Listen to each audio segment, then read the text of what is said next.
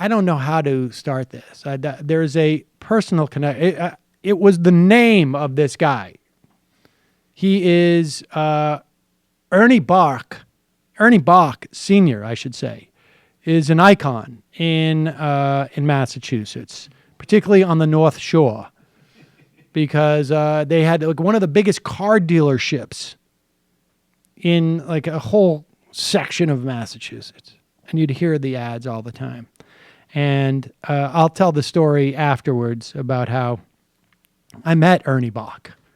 But this is his son, Ernie Bach Jr., the president and CEO of Subaru New England, on with Chris Cuomo explaining why Donald Trump is his candidate. Now, let's just, for a moment, suspend all the questions as to why is this car dealer on CNN as a surrogate for Donald Trump. May I answer that? I think it's actually because he's fantastic and he's great, and it's true. It's true. Listen.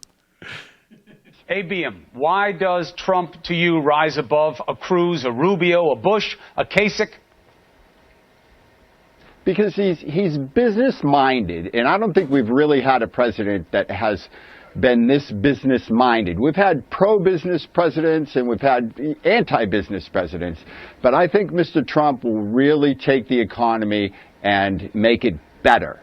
And his negotiation skills, people don't like his straightforward communication. I personally love his straightforward communication. You always know where he stands. He is transparent. With Mr. Obama, with all due respect, with Mr. Obama, we've been watching him on TV for 7-8 years, and do you feel like you know the guy? No, not at all. There's a veil there. With Mr. Trump, completely see-through. Pause it. You think that... Pause it.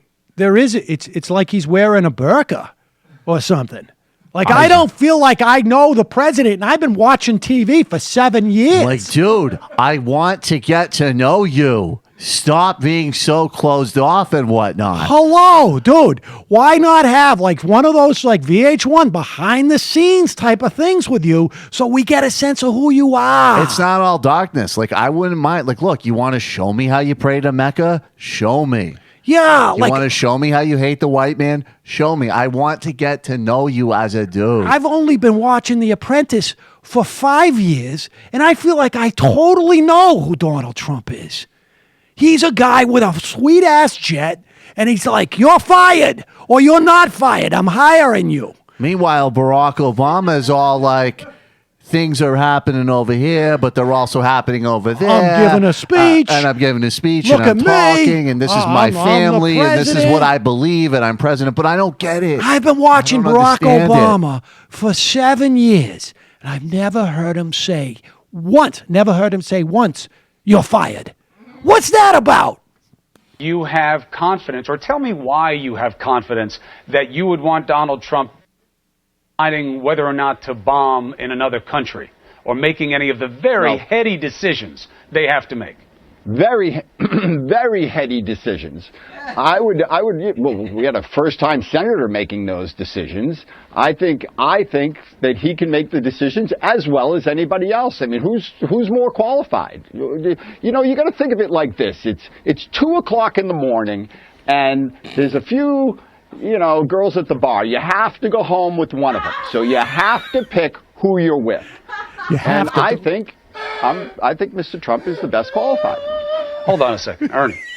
Your analogy for what makes you the right guy when you get the bad call at 2:00 in the morning is what you need to do in the bar when you have women there and you have to decide which one. That's how your head works. You're misunderstanding. I'm saying if you're single, you understand this. It's the end of the night. You want to go home with somebody. The bar's about to close. You have to pick somebody. You have to stand behind somebody. And I think if you line up all the candidates with their positives and their negatives, I think Mr. Trump is the man. So you're saying. Dude, you got the big goggles on. It's late. You haven't gotten laid in a long time. There's Donald Trump at the bar. He's rich. He's got a sweet car. You're just like, why not? You gotta make a decision. Like you're either on the field or you're not on the field, dude. Dude, you got I mean, I feel like in a certain sense, like I would say you're fired because you're not like a player. You're not in the terrain. Like it's like, like Invictus and whatnot. Dude, look, people need to be single to understand why you got to have sex with Donald Trump.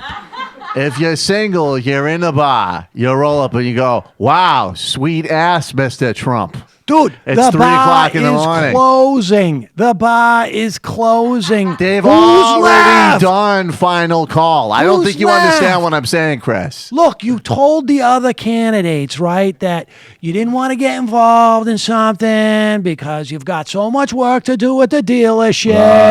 Right. And I'm trying to get these Subarus in from... We're not getting the shipments that And we're trust supposed me, to. like the Japanese, they know how to do Oh, deals. my They come in with their eyes and God. whatnot, and they go, let's make deal. Look. Just like Donald Trump said. Look, Ted Cruz, high maintenance. Ben Carson, too fragile. Marco Rubio, I need someone who's been around the block. I'm sorry. I'm Right. an adult. no, exactly. Donald Trump, Jeb Bush, please. That's like a Viagra inhibitor right there. I like how- Donald Trump's the obvious choice. I like how when he is realizes he's just made a huge ass of himself on national television, he then elongates all the words he says after that. Well, you're at the bar. Very heady You're decision. Single. Like he's like, you can see like the wheels going in his head. Like, how the fuck do I get out of this? I actually just said that on national television. I'm trying to let me rephrase that.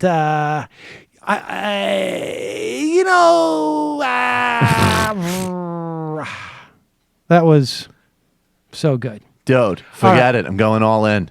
Donald Trump is this skank you bring home. Period.